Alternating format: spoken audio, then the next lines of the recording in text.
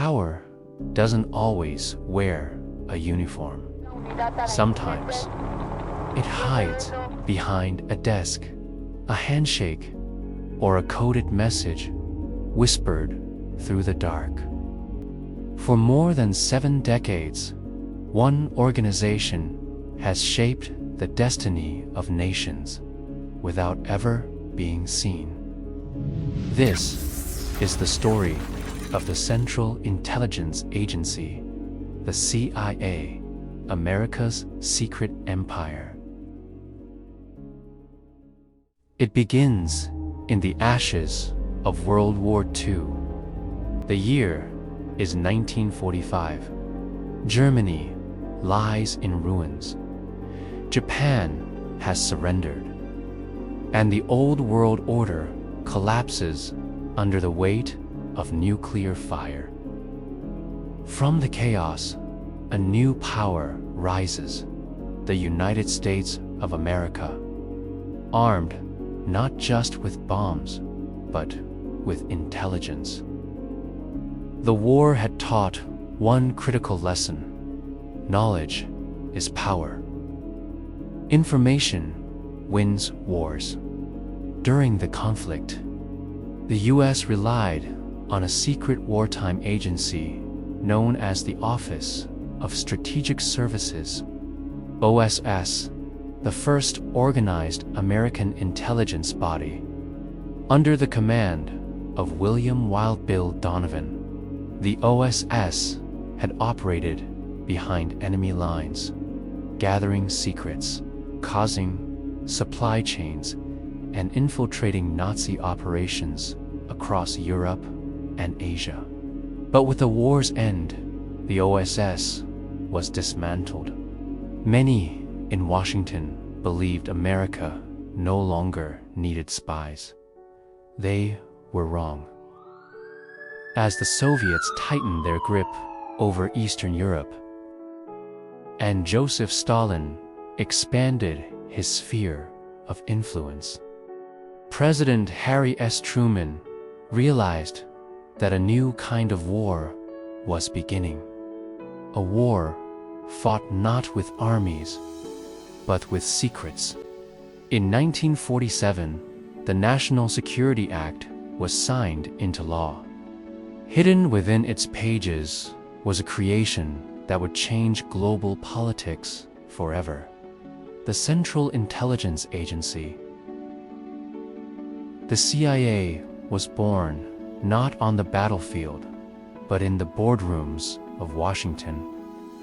Its weapon was not the rifle, but the secret.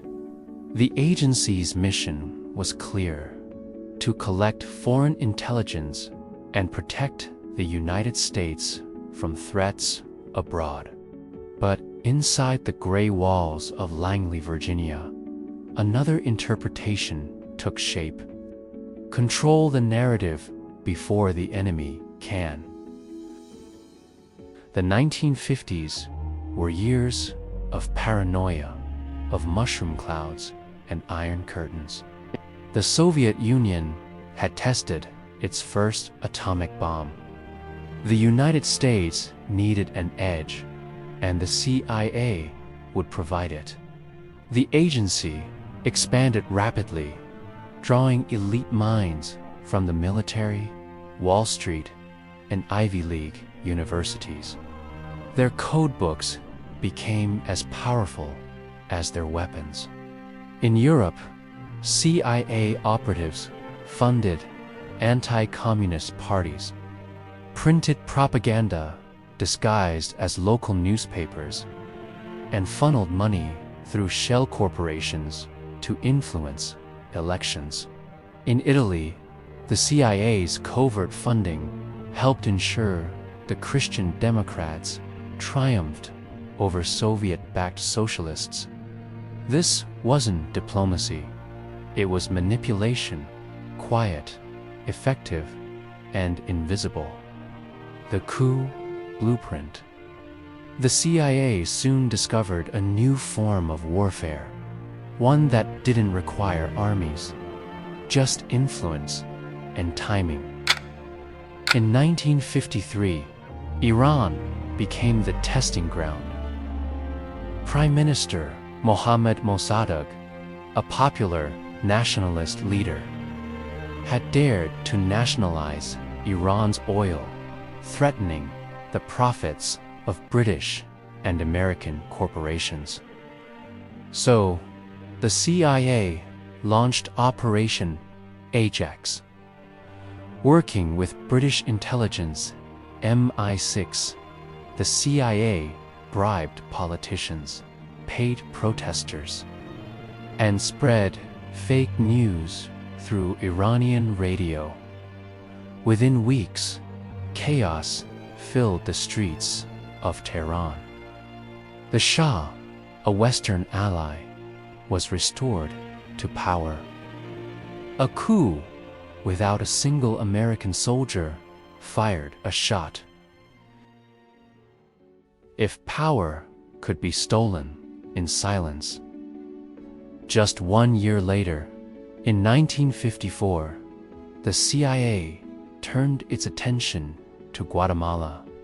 President Jacobo Arbenz had begun land reforms that threatened the United Fruit Company, an American corporation with powerful friends in Washington. Once again, the CIA engineered chaos, codename Operation Pupsux. They trained rebel forces, broadcast fake radio transmissions to simulate a full-scale uprising, and convinced Arbenz his own army was against him. By the end of the operation, Guatemala had a new leader, handpicked by the United States. The pattern was born. Identify a threat. Destabilize the government. Replace it with one that serves American interests. The world was the chessboard. The 1960s marked the golden age of espionage and the world's most dangerous decade. Tensions between the US and the Soviet Union reached a boiling point. Nuclear missiles, spy, satellites, and double agents filled the shadows of every capital. Inside the CIA, the atmosphere was electric and paranoid. Every rumor mattered. Every whisper could ignite a war. The Bay of Pigs, 1961. Cuba had fallen under the rule of Fidel Castro, a revolutionary who defied US influence. The CIA planned to overthrow him using an army of Cuban exiles trained in secret bases, armed with American weapons. On April 17, 1961, they invaded the Bay of Pigs. It was a disaster. Cuban forces crushed the invasion in less than 3 days. The operation's failure embarrassed President John F. Kennedy, who publicly took responsibility, but privately he questioned the CIA's growing autonomy. Kennedy later remarked, "I want to splinter the CIA into 1,000 pieces and scatter it to the winds," but he would never get the chance. The Shadow of Dallas, 1963, on November 22, 1963. President Kennedy was assassinated in Dallas, Texas. To this day,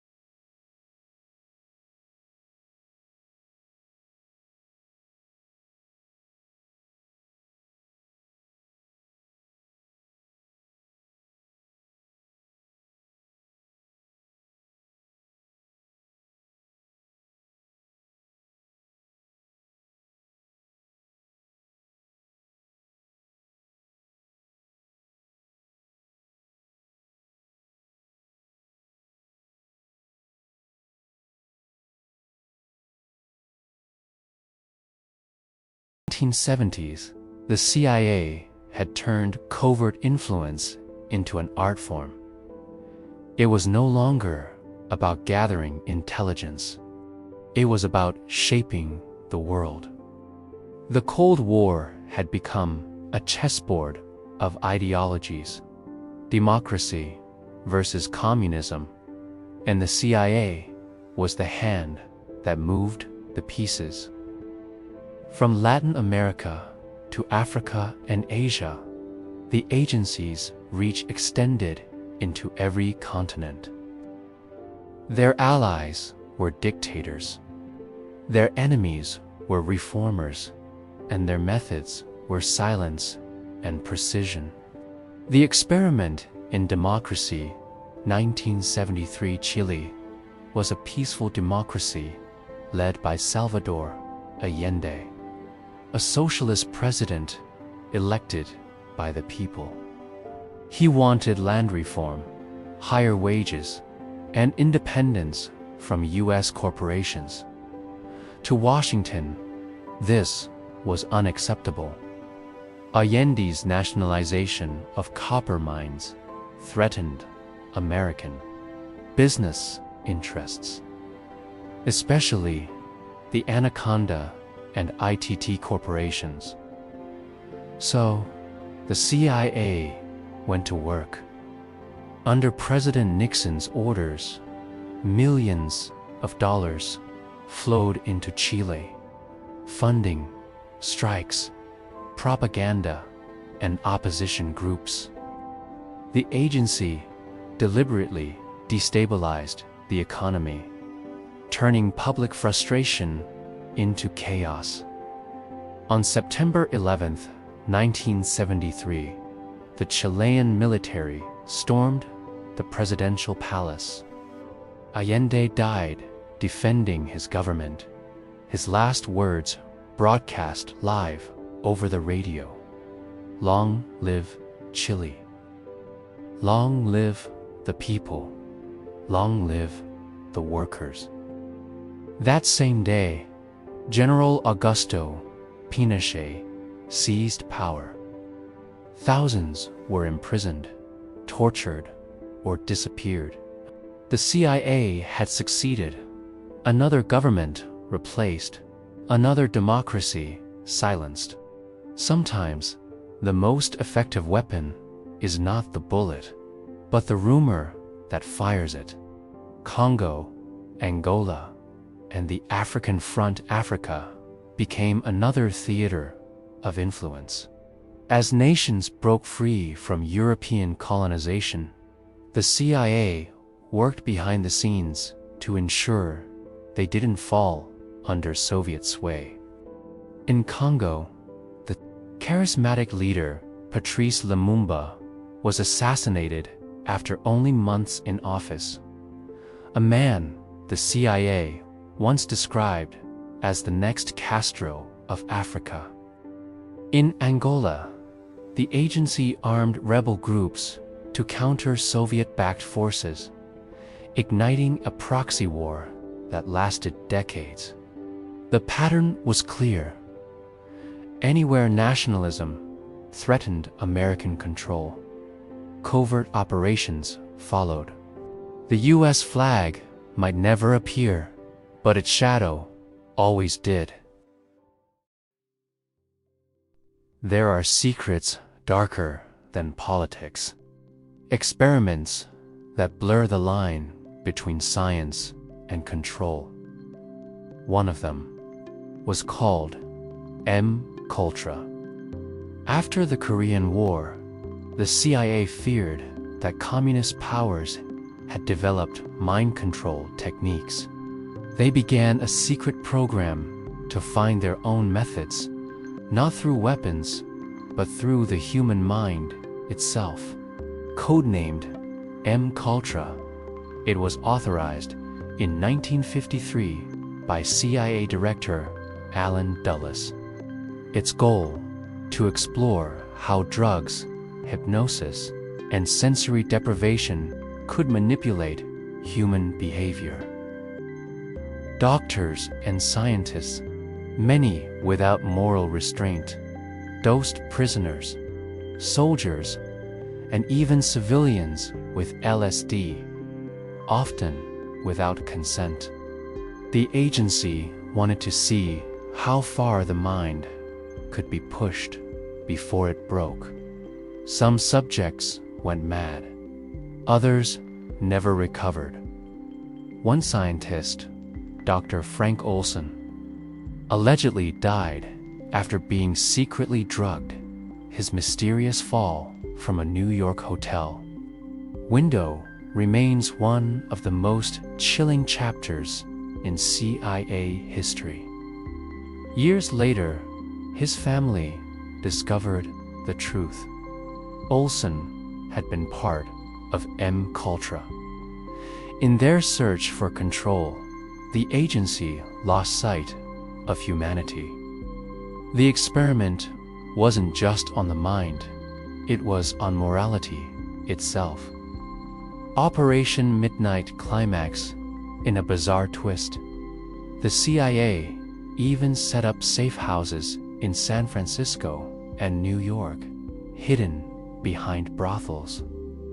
There, prostitutes hired by the agency secretly drugged clients with LSD while hidden cameras recorded every moment. It was a spy thriller turned nightmare. America's intelligence agency experimenting on its own citizens. When MKUltra was finally exposed in the 1970s, most of the documents had already been destroyed. The full scale of the program may never be known. The Church Committee, public outrage grew. The U.S. Senate's Church Committee launched a massive investigation into the CIA, FBI, and NSA. For the first time, America saw behind the curtain plots to assassinate foreign leaders, surveillance on journalists, and experiments on citizens. The agency's reputation was shattered. For a brief moment, it seemed the age of secrecy was ending. But in the shadows, it was only adapting. By the 1980s, the Cold War had entered its most volatile phase. The CIA was no longer just collecting intelligence. It was creating reality. The Afghan connection in 1979. The Soviet Union invaded Afghanistan. For the CIA, it was an opportunity, a chance to bleed the Soviets without direct conflict. Under Operation Cyclone, the CIA funneled billions of dollars worth of weapons to Afghan rebels known as the Mujahideen. They were hailed as freedom fighters, armed with American Stinger missiles and trained by the agency. Among the foreign volunteers who arrived in Afghanistan was a young Saudi named Osama bin Laden. No one knew then that these fighters would one day turn their weapons on the United States itself. Iran-Contra affair, 1980s. Meanwhile, in Latin America, another scandal brewed. Congress had banned funding for anti-communist rebels in Nicaragua, the Contras. But the CIA found another way. They secretly sold weapons to Iran, America's sworn enemy, and funneled the profits to fund the Contras. When the story broke in 1986, it shocked the nation. High-ranking officials were caught in a web of lies and denials. Yet again, the agency survived, bruised but untouched. The fall of the Soviet Union, 1991. The Cold War ended, not with a bomb, but a collapse. The Soviet Union disintegrated under its own weight. For the CIA, victory came quietly, but uncertainty followed. Their longtime enemy was gone, their purpose blurred. In the 1990s, the agency struggled to redefine itself. It turned its eyes toward the new threats: rogue states, global crime, and digital espionage. When the walls came down in Berlin, a new kind of wall was built, invisible, digital, and everywhere. The digital frontier, the rise of computers, changed everything. Information, once stored in locked safes, now moved at the speed of light. The CIA began adapting its methods, creating divisions focused on cyber warfare, satellite imagery, and global communications intercepts. It was no longer about infiltrating governments, but infiltrating data streams. Every revolution in technology births a revolution in control, and the CIA was evolving faster than anyone else. On September 11th, 2001, the world changed, and so did the CIA that morning. As the Twin Towers fell in New York City, America entered a new kind of war, one without front lines, uniforms, or borders. The enemy was everywhere and invisible. The CIA, once built to fight the Soviet Union, now had a new mission: to hunt terrorists in every corner of the earth. The shadow war begins. Within days, the agency launched one of the most aggressive global operations in its history. CIA paramilitary teams, the Special Activities Division, were among the first on the ground in Afghanistan. Weeks before the US Army even arrived, they tracked Al-Qaeda, toppled the Taliban, and began the most ambitious manhunt ever recorded: the search for Osama bin Laden. But the war on terror also blurred old boundaries. To stop another attack, the agency was given new powers, powers without precedent: black sites and enhanced interrogation around the world. Secret CIA black sites appeared, hidden prisons in countries like Poland, Thailand, and Romania.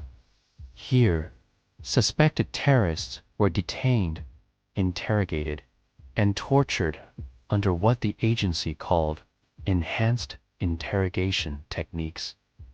These included waterboarding, sleep deprivation, stress positions,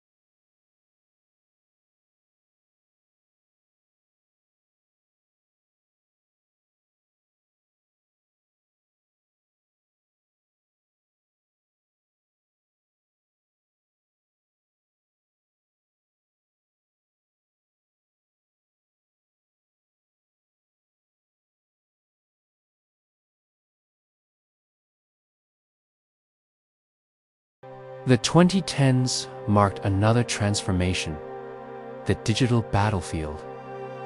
Power was no longer held only in weapons or oil, but in information.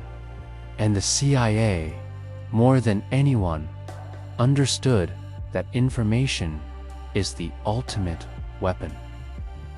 The age of data and algorithms, as social media connected billions. The agency evolved from field operations to algorithmic surveillance. They no longer just spied on governments. They monitored entire populations. Through partnerships with the NSA and other intelligence networks, the CIA gained access to oceans of metadata, phone calls, emails, digital footprints, social networks. Every like, click, and message became a potential thread in the web of intelligence. In this new age, spies didn't need to sneak into embassies. They only needed Wi-Fi. Cyber ops and digital warfare, the battlefield, moved to cyberspace. The CIA's Information Operations Center began developing offensive cyber weapons, malware, viruses, and digital sabotage tools. Leaked documents, like those from WikiLeaks' Vault 7, revealed how deep the rabbit hole went, from hacking smart TVs to embedding surveillance code in everyday software. The line between defense and intrusion blurred.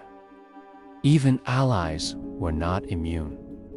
Reports emerged of the CIA spying on friendly governments, diplomats, and even members of the United Nations. In the name of security, privacy had vanished. When everyone is watched, no one is free. But when no one watches the watchers, power becomes absolute. The modern mission today, the CIA operates across more than 100 countries, running intelligence networks, cyber divisions, and special operations teams.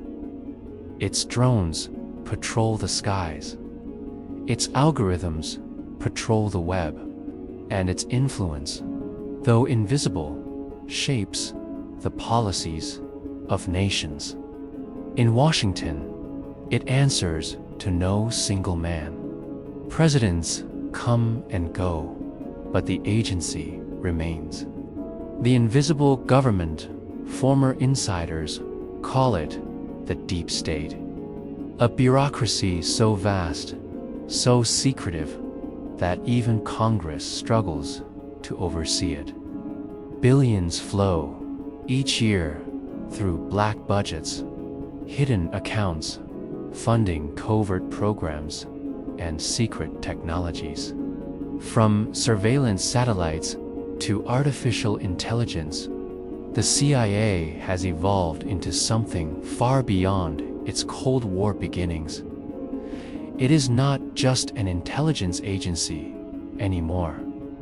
It is an empire of information, one that controls narratives, influences governments, and defines what the world believes to be true. The cost of secrecy. Yet for all its power, the CIA carries a burden, the moral weight of what it hides. From coups to assassinations, from experiments on citizens to wars fought in silence. Its legacy is written not in light, but in shadow. Every secret saved a nation or destroyed one. Every operation defended freedom or betrayed it. And through it all, the question remains: who holds the power? The people or the secret keepers. For over 70 years, the CIA has fought wars no one could see, written history in invisible ink, and changed the course of nations without ever stepping into the light. In the end, the CIA is not a building. It's an idea that power must be hidden to survive. But every secret comes with a price, and sometimes that price is the truth itself. The shadow never sleeps, but in the dark, there are always those who dare to look closer. If you believe the truth deserves light, join us. Subscribe to SK Docs and uncover the world's most powerful secrets, one story at a time.